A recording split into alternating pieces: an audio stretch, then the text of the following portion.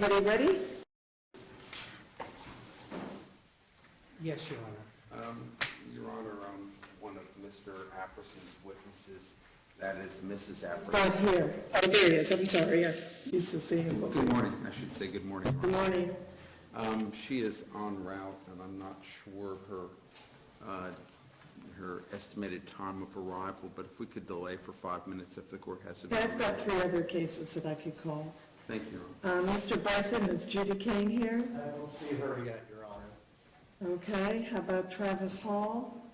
Don't see him either. And how about Robert Pringle? Robert Pringle's continued to October 26th. Do you know if your clients are on their way?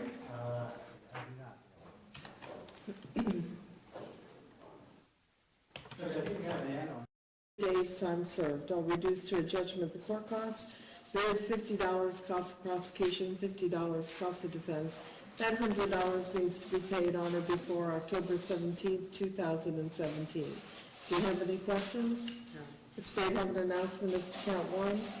Yes, the state did not process that one, Your Honor. Okay, thank you. If you want to, the court is imposed to have 30 days to do so. Thank you.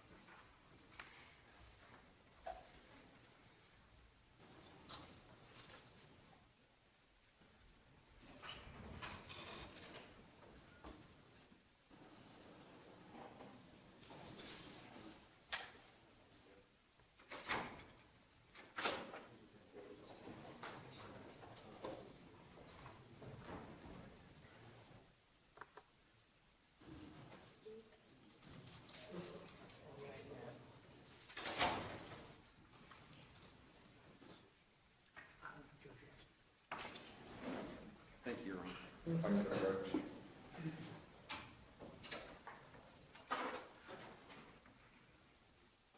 And Mrs. Apperson is arriving.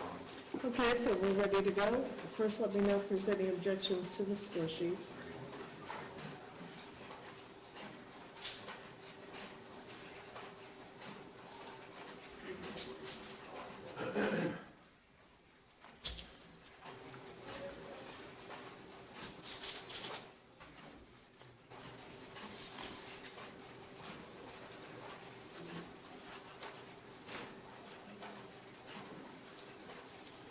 I have no objection to it, Your Honor. I have researched the question of whether aggravated assault is double jeopardy with attempted second-degree murder. It is not. Okay, so there are no legal issues? There are none. Okay, let me hear whatever witnesses either side wants to come and make comments to the court. We'll start with the defense. Anybody from the defense?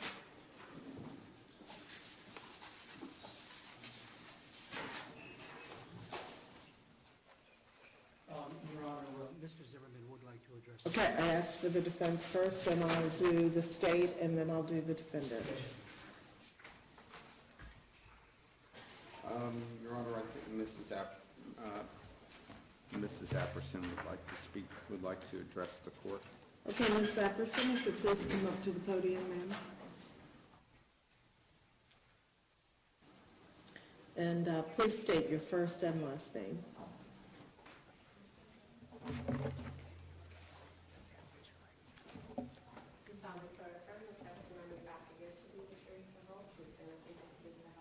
I do. You can put your hand down, and if you please tell us your first and your last name. My name is Lisa Apperson. I am the wife of Matthew Apperson. Go ahead, Mrs. Apperson, and tell the court what you'd like the court to know about your husband.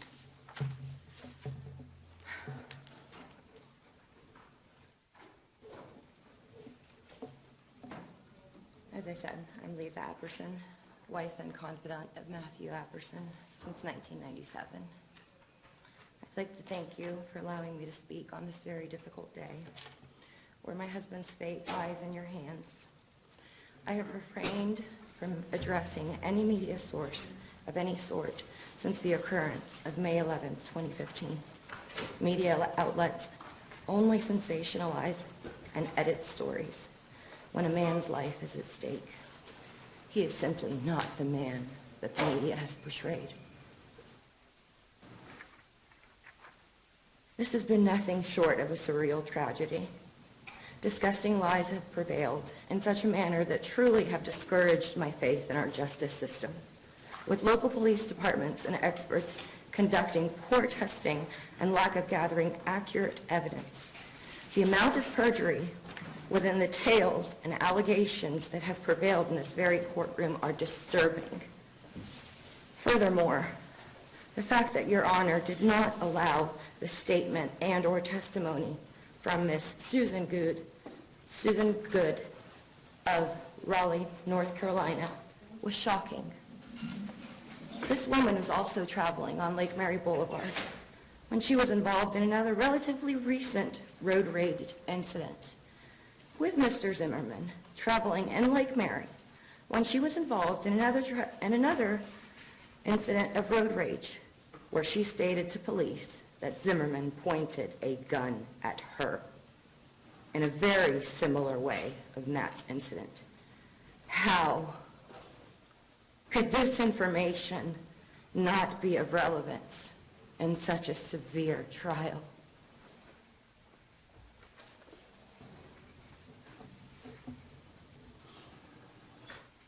I am just disturbed at all of this. I have known and loved Matthew for nearly 2 decades. I know the man who sits here, waiting on an unfortunate fate due to the many inconsistencies and lies occurring throughout the course of his trials. Matt is a man that has loved and protected me and has been there for me through the good and bad since we were children in high school. It's hard to make sense out of something so senseless. Your ruling today, I will have to respect. However, I simply cannot accept. Matt is a man of honor, a hard worker, goal-oriented, loving, caring, giving son, husband, friend, and citizen. Matthew will have my love and support till death part us. I can only hold on to hope and that the appellate court will see that the many inconsistencies and the amount of dire information withheld from the jurors, I will never understand our injustice system. May God have mercy over us all. I feel that this county and that this state has made an unfortunate decision and has given George Zimmerman another golden ticket to go out there and conduct whatever he may want to do. I pray that what is left of our constitutional rights is preserved and that the justice system stops failing so many. Thank you. Thank you. Okay, is there anybody else from the defense other than Mr. Apperson? Mr. Apperson's mother, Mrs. White, would like to also address the court. Thank you, Mrs. White. If you'll please come up, raise your right hand to be sworn.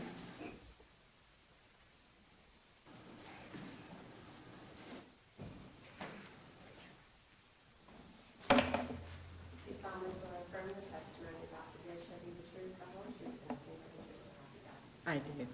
Okay, and could you please state your first and last name? Excuse me, Your Please state your first and last Janet name. White. Okay, thank you, ma'am. Your Honor, thank you for the opportunity of addressing the court at this time. I apologize in advance if I become emotionally overwhelmed at any time. I am speaking for myself, Matt's wife, Lisa, and our extended family. My family and I have suffered greatly, emotionally and physically, since the unfortunate occurrence of May 11th, 2015. I am Janet White, mother and former employer of my son, Matthew Apperson. I own a company named W.K. White and Associates. The company was founded by my father in 1978 and was passed on to me after years of training. I hoped one day to pass the company to my son. That dream seems remote given the present circumstances.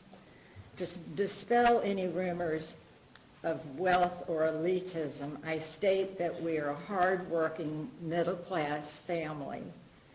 W.K. White and Associates is a small family-run business. We are non-attorney representatives, representing mentally and physically disabled people in their endeavor to obtain Social Security and supplemental security income benefits. Over the years, we have literally represented thousands of people. We cover the areas from Jacksonville to Tampa. Most of our clients are from Seminole, Volusia, Orange, and Osceola counties. I would like to tell you a little more about Matt, as I feel he sold himself short in describing his background and accomplishments. He was designated by the Seminole County school system as an exceptionally bright student while still in kindergarten. He was placed in honors classes from first grade throughout middle and high schools. He won a full scholarship to college based on his exceptional talent playing percussion instruments. At the age of 21, Matt made the decision to join our family business. He has successfully worked at W.K. White for 15 years. The clients love him because he's so knowledgeable, patient, and empathetic.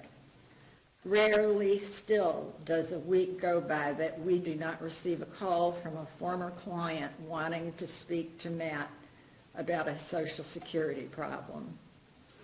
Some years ago, Matt took a comprehensive examination given by the Social Security Administration as to his knowledge and skills in the disability field. He passed with high marks and was then certified as a disability practitioner. This meant that he would be paid directly from the government for his services. What a proud day for me and the company. The state presented pictorial evidence of Mr. Zimmerman's car, which does not represent the truth about the amount of light present during the incident. These pictures are implicit and thereby complicit lies. To my knowledge, no pictures were taken with the car facing west on a sunny day at 1 o'clock in the afternoon without sunshades in front of the windows. Furthermore, Mr. Zimmerman testified that his driver's window was down during the interchange between the parties. No one took pictures without the sunshades or with the window down. Absolutely no simulation was attempted with someone sitting in the driver's seat pointing a gun. Therefore, no one can reasonably conclude what Matt saw that day. Mr. Stone stated with certainty that Mr. Zimmerman's injuries were consistent with his right hand being on the steering wheel. That is an assumption on Mr. Stone's part. No expert medical physiological testimony was obtained as to the truth of this statement. In fact, we do not know if Mr. Zimmerman is right or left-hand dominant. I suspect he's left-handed, as he testified he kept his gun by his left knee. Mr. Zimmerman outright lied when he said he was trying to go to Trailhead Park for police help. That park is off the right lane of Lake Mary Boulevard. Mr. Zimmerman was consistently in the left-hand lane, being able to switch lanes at any time by slowing or accelerating his vehicle. Mr. Zimmerman had a lot of time to set the stage before the police arrived. He made 3 phone calls in no known order to his attorney, his father, and his friend. Evidently, it never occurred to him to dial 911. I am sure he got advice from some source to hide away the offending gun from the crime scene and to disguise a second gun in a secret compartment described by Detective Hernandez. Clearly, he wanted to distance himself from the incriminating evidence. When Detective Hernandez arrived on the scene to ask for a statement as to what happened, he cursed her and would not let her take any pictures of his wounds. Those silences and unwillingness to cooperate are indicative of someone with something to hide. Thank goodness some official at the hospital demanded to check his backpack before he passed it off to his friend. As we all know, a gun with a bullet in the chamber and cocked to fire was found. Zimmerman refused to issue any statement for days to police officials. He had to make sure with his attorney by his side that no slip-ups were made in his story of events. Nat, on the other hand, was eager to contact 911. He issued statements at the crime scene and at the police station. His retelling of events has never wavered one iota to this very day. Finally, with all due respect to Your Honor, I find issue with your ruling, or rather non-ruling, when the jury asked for clarification on the stand your ground and self-defense laws. The jury was clearly in a quandary as to how to interpret and apply those laws. Your answer as to refer to your directive probably confused them even more. Surely, a more in-depth explanation might have resulted in a more favorable outcome for Mr. Apperson. We have only to look at the fairly recent case of Zimmerman, Trayvon Martin to conclude that one can protect his own life. The state is chalking up a case in the win column. However, I would not be proud of this win. Instead of taking a bad guy off the streets, you have left George Zimmerman on the streets. He will continue to pose a threat to the citizens of Seminole County and indeed the United States. We will hold our collective breaths to see what outrageous acts he performs next. I know beyond a shadow of a doubt, with every beat of my heart and every breath I take, that Matt is not guilty of attempted second-degree murder without provocation. The laws of the United States and the state of Florida indeed espouse and promote self-preservation. I believe, Mr. Stone, that in your heart, even you did not expect the jury would return a guilty verdict. Your Honor, no amount of time in jail or prison is ever going to erase Matt's memory of the terror he experienced looking straight at a gun being aimed at him. He fired his gun in self-defense. Your Honor, we ask that you consider nullification of the jury's verdict or mistrial as the state was unable or unwilling to produce any factual evidence which would produce the finding of guilty. We throw ourselves on your mercy in sentencing my son. We beg that you come to a fair and equitable decision as to Matt's fate.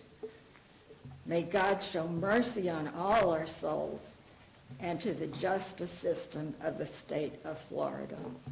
Thank you, ma'am. Your Honor, I have no other witnesses to speak in mitigation at this time, but I would like a chance to address the court after the state's presentation of Okay, its. is Mr. Apperson wanting to speak to the court? Mr. Apperson does want to address the court. I have advised him that due to the pendency of his appeal, that he should not, and he has accepted my advice. Okay, thank you. Mr. Stone? Mr. Zimmerman would like to address the court, Your Honor. Okay, Mr. Zimmerman, please come up to the podium, raise your right hand to be sworn.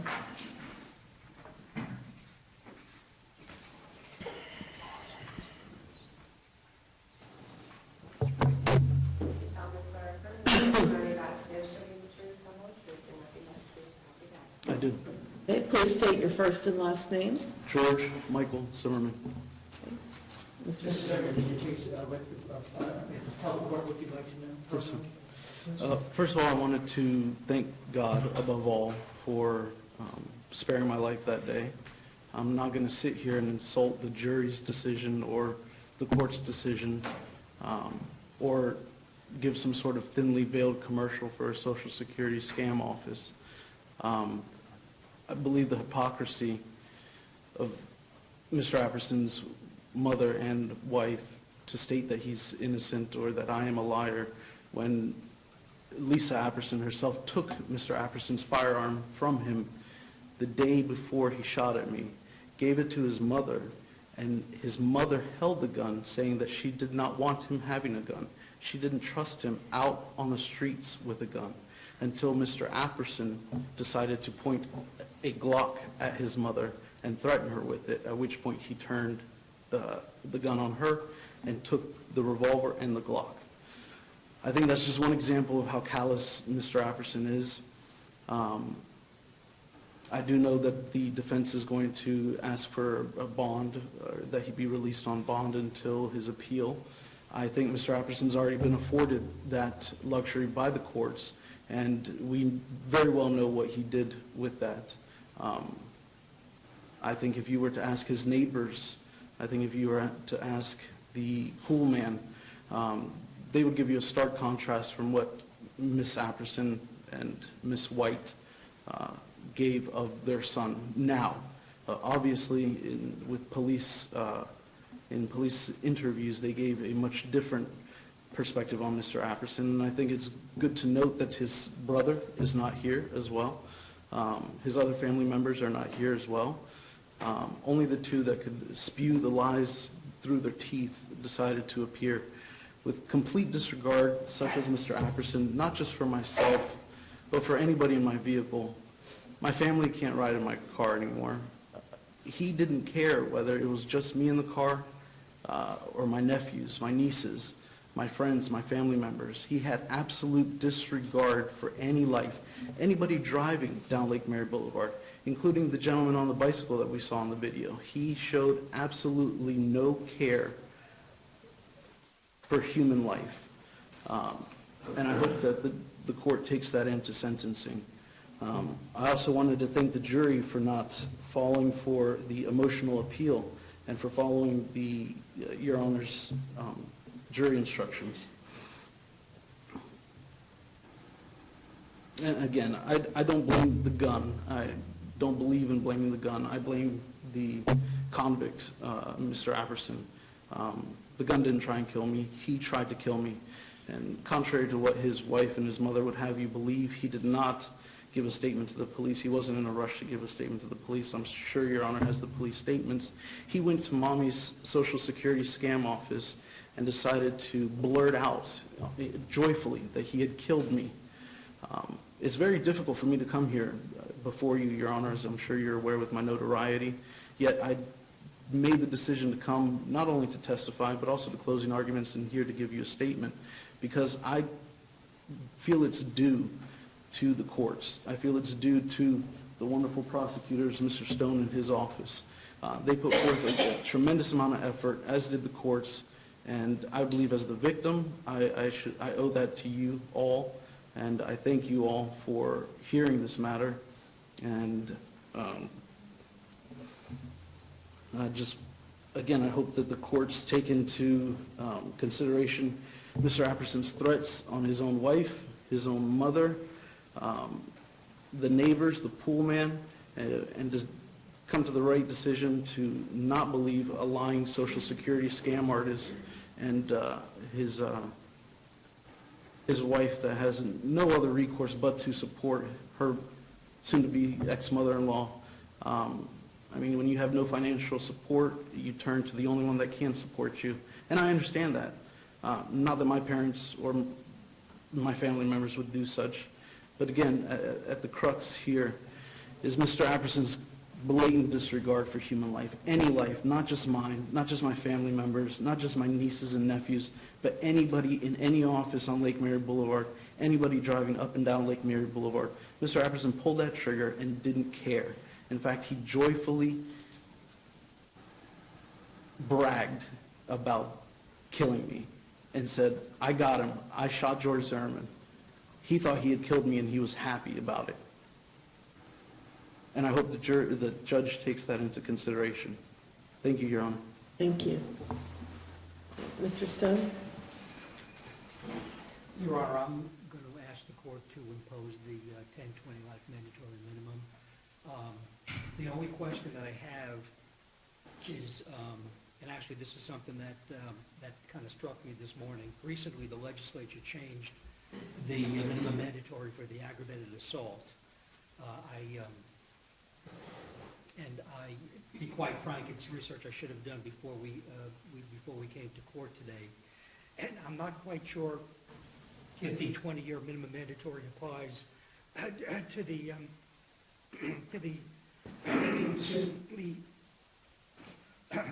aggravated assault. It may apply because I think the possession and the discharge requires the 20-year minimum mandatory, and I think the 3-year minimum mandatory that they changed it to recently just refers to the possession of the firearm. But that's something I think we probably need to do some maybe quick research on that. I know for a fact that the 20-year minimum mandatory applies to the attempted second-degree murder. So I'd ask the court to impose those minimum mandatories on them. Okay, thank you. Mr. Lefebvre? Thank you,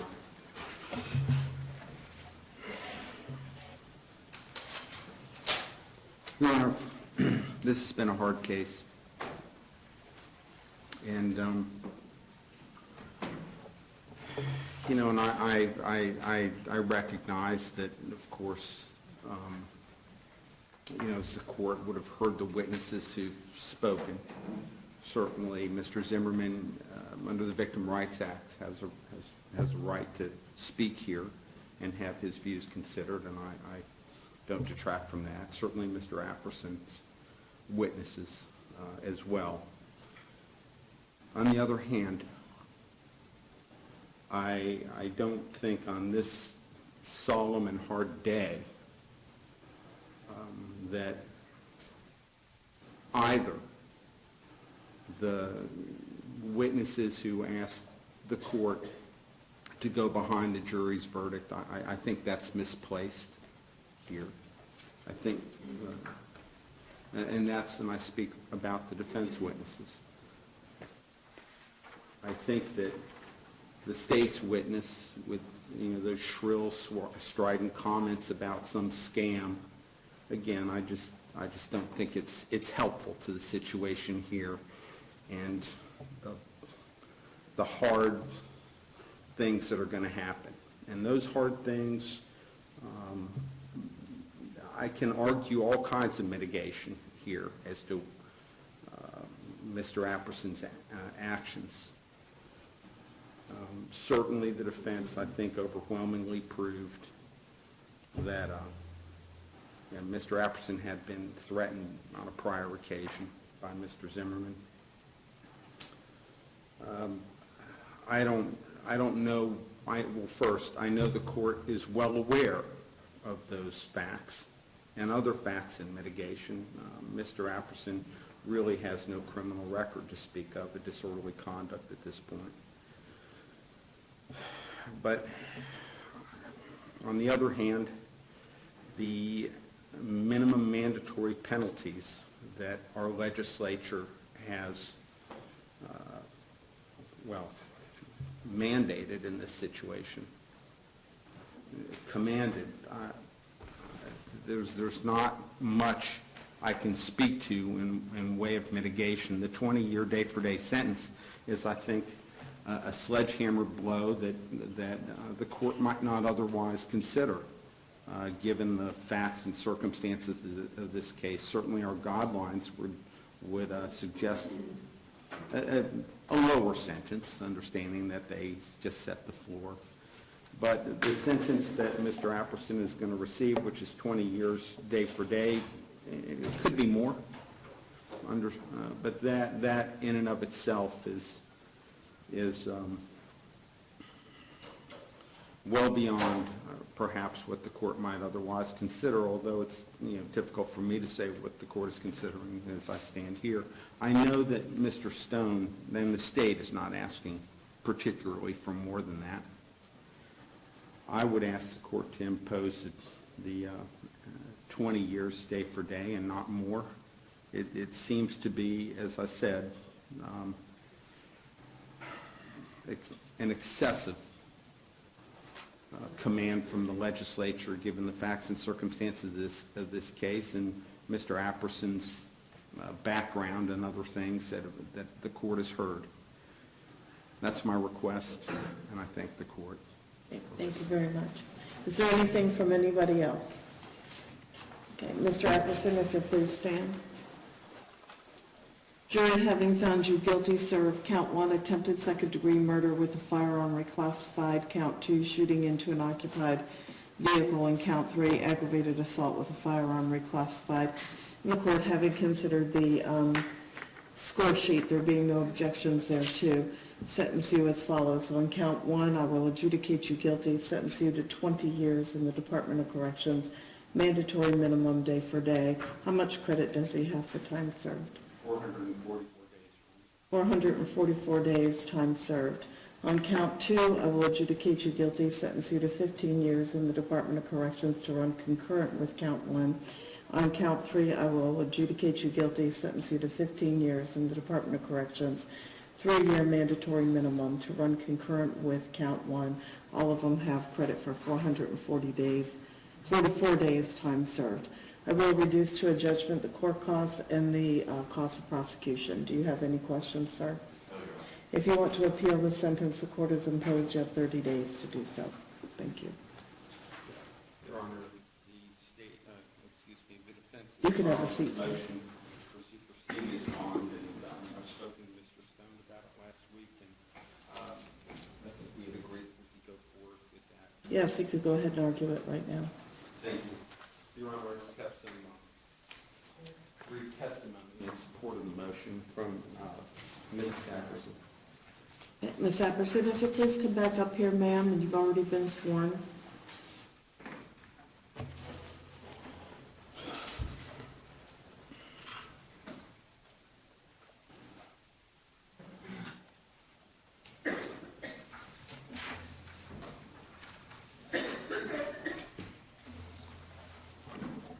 Mrs. Apperson, where are you presently living? Lake Mary, either. Is that at 1150 Greenstone Boulevard? Yes, it is.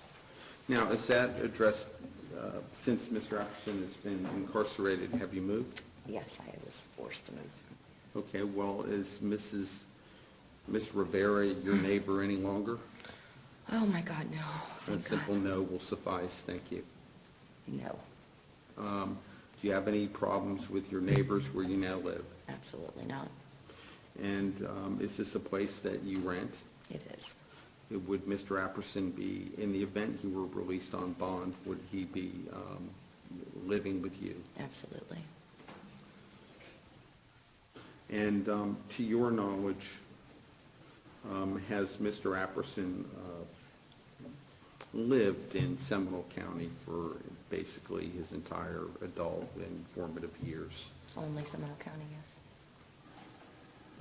Prior to his incarceration, was he working at W.K. White and Associates? Yes, he was. Your Honor, that's all I have from Mrs. Apperson. Thank you. Any questions? No. Okay, thank you. You can have a seat, thank you. And then I have a single question for Mr. Apperson. Okay, Mr. Apperson, please stand up, raise your right hand to be sworn.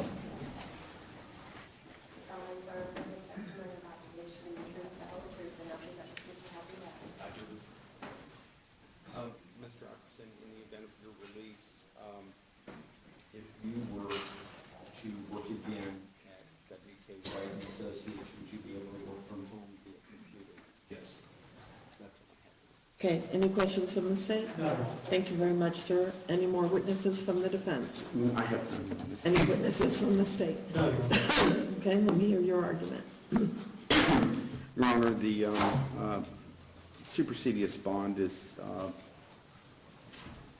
the qualifications of it, that's to say whether a person qualifies, is set forth in Rule 3.691, and I don't believe there's any question that under the rule, and I'll turn to Mr. Stone, that Mr. Apperson would qualify. Understanding that, of course, the rule itself says that I believe that the allowance or the permitting of a supersedious bond is, of course, ultimately in the discretion of the court. But there are certain qualifications, that is that the offense that Mr. Apperson is convicted of not be capital, that you have no prior felonies and you have no pending felonies. That said, Your Honor, I know that the court would consider a number of things in determining whether to admit Mr. Apperson to a supersedious bond, number one, and number two, the amount. I don't believe that there is any evidence whatsoever that he would be a flight risk. None has been presented prior to his incarceration.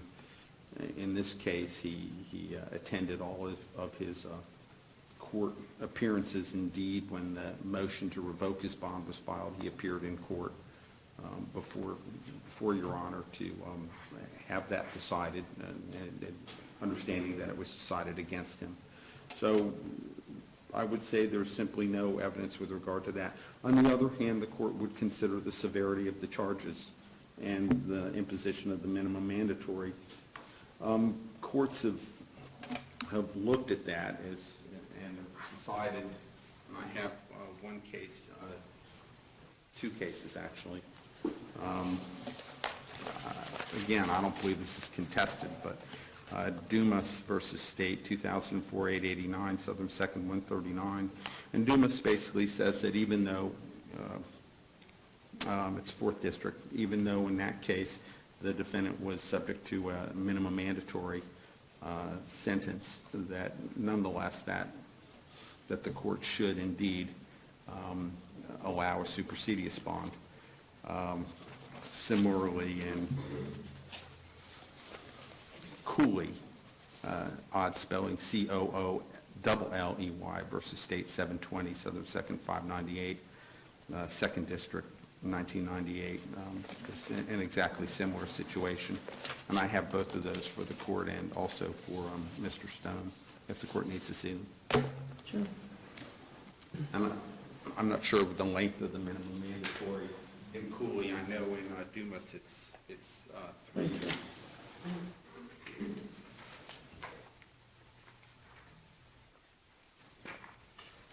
So, of course,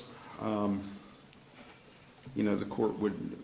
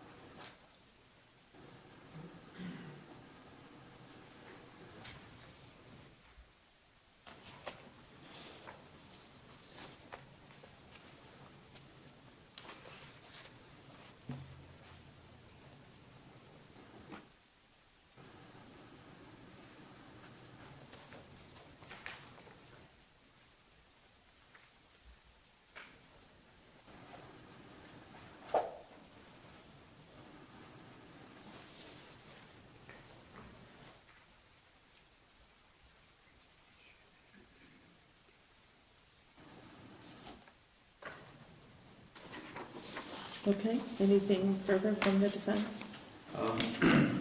Your Honor, and I note, and I believe it's in the Cooley case, the court there said, that if the legislature had intended that persons not be admitted to appellate bond with minimum mandatories, as they did for drug traffickers, you can't get an appellate bond for a conviction on drug trafficking, then they would have said so, and of course they have not.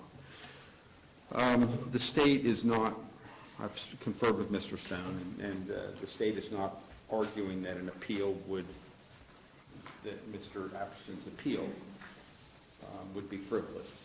So they are not raising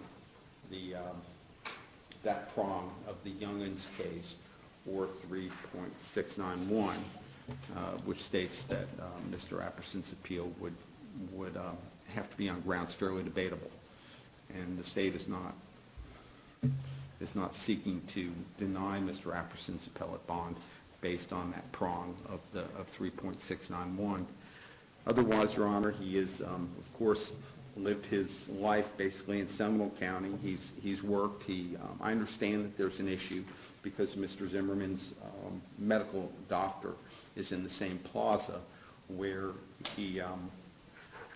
where Mr. Apperson would be working, but of course, that's why I adduced the testimony that Mr. Apperson could still be gainfully employed and not be at that plaza. And of course, we don't have any objection to the court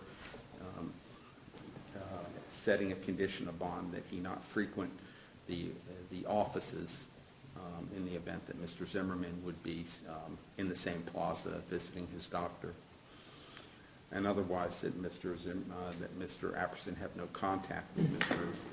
Zimmerman. I mean, obviously would be a standard condition of bond, any bond for that matter. I would ask for a bond, and I know appellate bonds are high. I believe that the family could raise somewhere in the neighborhood of $75,000 for an appellate bond for Mr. Apperson. And that is my request. I believe he fits all of the criteria. Thank you, Your Honor. Thank you. Mr. Stone? Well, it is within the court's discretion to grant a supersedious bond, but I think it would be a proper exercise of discretion in this case not to grant the bond. First of all, the court should consider the offense that Mr. Apperson has been convicted of. The court heard the evidence at trial. It truly fits the definition of attempted second-degree murder, the absolute disregard for human life. If the bullet was maybe 5 inches lower, it would have killed Mr. Zimmerman. If the bullet was maybe 3 inches lower, it would have gone out the driver's side window and possibly killed someone going the other direction on Lake Mary Boulevard or walking down Lake Mary Boulevard. So that act just displayed an utter disregard for human life. But beyond that, we don't need to ask what Mr. Apperson would do when he's on bond. We already know what he'll do when he's on bond. He was on bond in this case, Your Honor, and when he was on bond in this case, he committed another crime. So we don't need to ask that question, what happens if Mr. Apperson's on bond? He committed another crime while he was on bond in this case, which resulted in the court revoking his bond.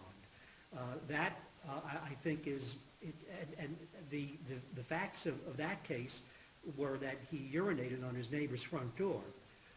So there are two things that kind of illustrates. The first is that he'll commit another crime and has committed another crime when he's on bond. And the second thing is just the fact that he did such a thing, I think, kind of demonstrates a very disturbing instability on his part. And that, I respectfully say to the court, should cause the court a great concern. So it's within the court's discretion, but the state's position is that the proper exercise of that discretion in this type of case, considering Mr. Apperson's past of committing a crime while on bond, that the proper exercise of that discretion would be not to grant a supersedious bond. Thank you. Final word? Your Honor, Of course, the court can consider Mr. Apperson's previous conduct, and I think that's well within the case. On the other hand, as a result of whatever the disorderly conduct was, and I will say that it was charged in the disjunctive, that is to say, the second part of that charge was that Mr. Apperson had yelled in the neighborhood loudly to disturb the peace. So where the jury came down as to whether he was yelling or something else, I would say is an even question. But that said, he's done 444 days for that particular act, and the bond statutes do not, there's nothing in the bond statute that would say that that conduct would also infect his rights, such as they are under 3.691, particularly if he otherwise qualifies. Thank you, Your Honor. Okay, thank you. The court, having considered the motion and the witness and the argument of counsel, I'm going to deny the motion for the bond. I will follow it up with written findings as required. The reasons the court is denying the motion is, as Mr. Stone had stated, while Mr. Apperson was on bond for this particular charges, he was arrested again. What that arrest was for to the court makes no difference. It shows his unwillingness to abide by the conditions of that bond. It says that, condition of the bond is that you do not commit any other offenses. He was arrested, he was convicted of a charge. The court's also finding that the actions of Mr. Apperson that resulted in the conviction and the sentencing here today indicates to this court that he's a danger to the community. I heard the testimony during the course of the trial, and shooting into an occupied vehicle on Lake Mary Boulevard at that time of day has such a great likelihood of imposing a threat of death or immediate imminent danger to anybody driving by or walking by, and a total disregard for human life. And those are the reasons why the court is denying the motion, and I will, as I said, follow it up with a written order. Is there anything further that we need to address as to this case? There is one thing, Your Honor. We can go back to the sentencing. I just simply ask that the court, don't know what the amount is, but I just simply ask that the court just order that restitution be imposed.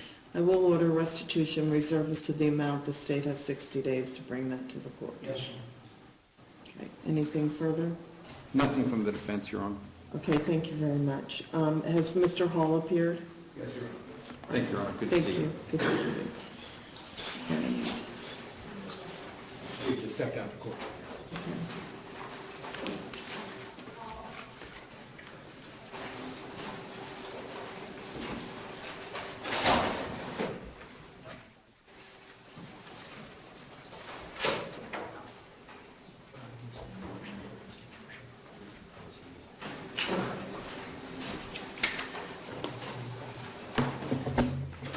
Okay, and this is on Travis Hall. Mr. Hall, the court having accepted your admission of violating your probation on September 26, 2016. Mr. Bryson, is there any legal cause why the court cannot proceed to sentencing? No, Your Honor. Okay, on count one, I'll revoke and terminate your probation, sentence you to 250 days in the Seminole County Jail with credit for 20 days time served. I'll reduce to judgment any money that you owe that had not been paid, except for attorney's fees. You previously owed a total of $400. There's another $200 for today. That $600 will need to be paid on or before October 17th, 2018. On count two, I think he's off of probation. If not, okay. So it's just on count one. Do you have any questions, sir? If you want to appeal the sentence the court has imposed, you have 30 days to do so. Thank you. Mr. Apperson, if I didn't tell you you had the right to appeal, you do, sir. You have 30 days to do so. Ms. Burton has been brought up now. Okay, we could go ahead and do that. Just one moment to make sure she Yes. has no questions.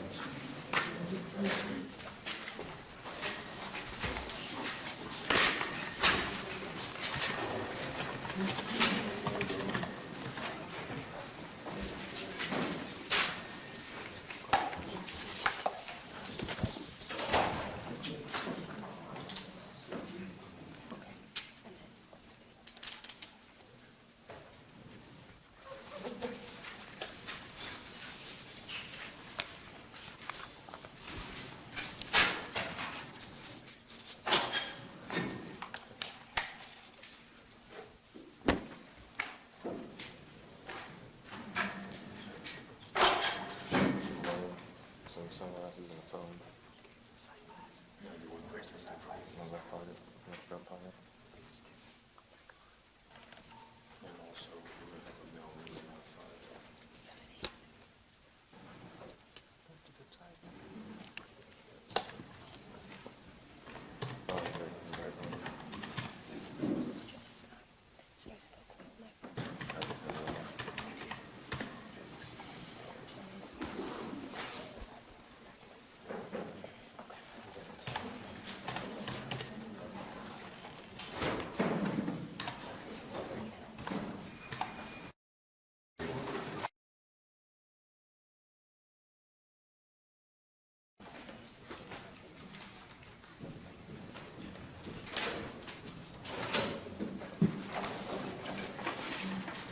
We're ready. Okay?